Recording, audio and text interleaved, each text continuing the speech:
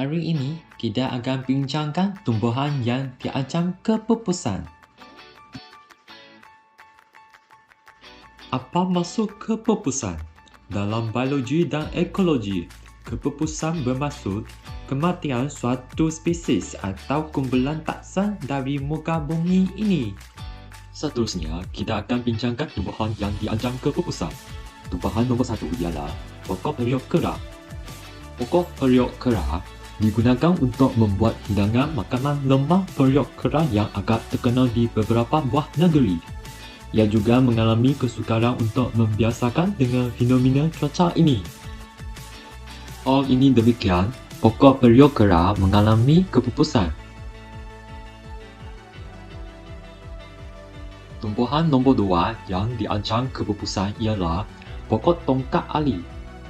Akar pokok tongkat ali sentiasa digunakan dalam perubatan tradisional mengubati sakit kepala. Ada juga wanita selepas melahir anak minum air rebusan tongkat ali supaya bertenaga. Tumbuhan nombor 3 ialah orkid selipar.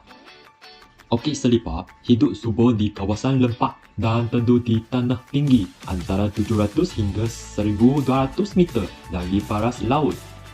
Selain itu, nilai pasaran yang tinggi merupakan faktornya menjadi sasaran bagi peminat orkid sehingga boleh mencapai ribuan ringgit. Tumbuhan nombor 4 ialah bunga pakma.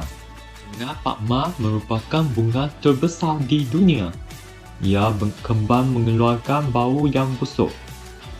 Bunga pakma mengalami ancaman kepupusan kerana pemusnahan habitat untuk aktiviti penanaman sayur.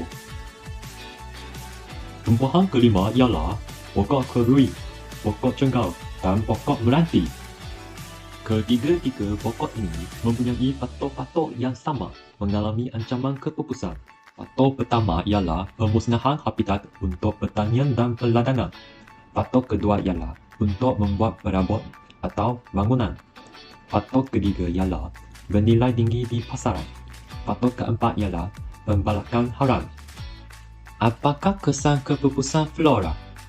Kesan kepupusan flora yang pertama ialah kejadian tanah runtuh. Akar-akar tumbuhan akan memastikan tanah sentiasa berada dalam keadaan yang semula jadi.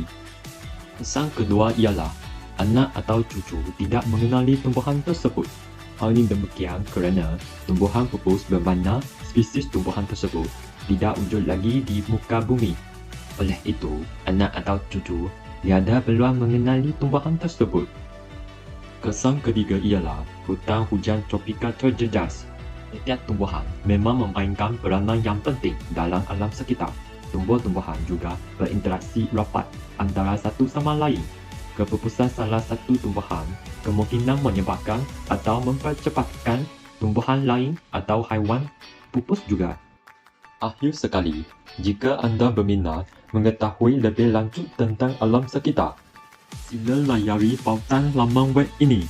Terima kasih.